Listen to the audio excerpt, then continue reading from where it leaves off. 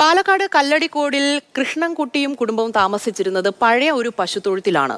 കഴിഞ്ഞ വർഷത്തെ മഴയിൽ താമസിച്ചിരുന്ന വീട് പൊളിഞ്ഞതോടെയാണ് ഇവർ പഴയ തൊഴുത്തിലേക്ക് താമസം മാറിയത്. ഇത്തവണത്തെ മഴയിൽ തൊഴുത്തും ഇടിഞ്ഞു വീണു.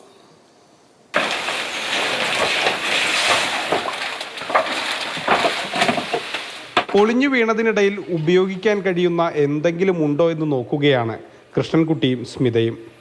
ഇന്നത്തോടെ ഈ കാലിത്തൊഴുത്തിലുള്ള ഇവരുടെ താമസം അവസാനിച്ചു. പുതിയ വീട്ടിലേക്ക് മാറാനായി പൊളിച്ചതല്ല, മഴയത്ത് ഇടിഞ്ഞു പൊളിഞ്ഞു വീണതാണ്. ഏക ആശ്വാസം അപകട സമയത്ത് വീടിനകത്തുണ്ടായ മകൾ ജീവനോടെ രക്ഷപ്പെട്ടു എന്നത് മാത്രം. ഞാൻ ആ ബെഡ്റൂമിൽ കിടക്കുകയായിരുന്നു. അപ്പോൾ എൻ്റെ ഫ്രണ്ട് ഒന്ന് വിളിച്ചപ്പോൾ ഞങ്ങൾ ഇവിടെ വന്നിട്ട് ഈ ഒരു ഹാളിലിരുന്നിട്ട് കുറച്ച് വർക്ക് ചെയ്തുകൊണ്ടിരിക്കുകയായിരുന്നു. ആ സമയത്ത് പെട്ടെന്ന് ബാക്കത്തെ ഓടെല്ലാം പടി വീണപ്പോൾ ഞങ്ങൾ ബാക്കിൽ കൂടെ ഇറങ്ങി ഓടി. ഇനിയിപ്പോൾ എന്ത് എന്നുള്ളതാണ്. കാരണം എവിടെ താമസിക്കും, 2 കുട്ടികൾ പഠിക്കുകയാണ്. അപ്പോൾ അവർക്ക് പഠിക്കാൻ സ്കൂളും കാര്യങ്ങളൊക്കെ ഇവിടെയാണ്.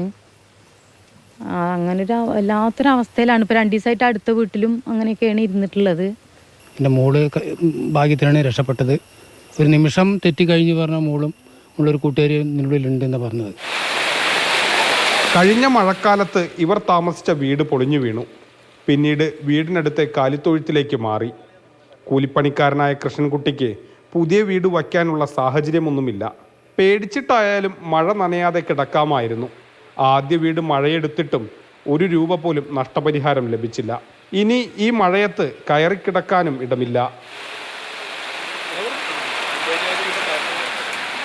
മാതൃഭൂമി ന്യൂസ്, പാലക്കാട്.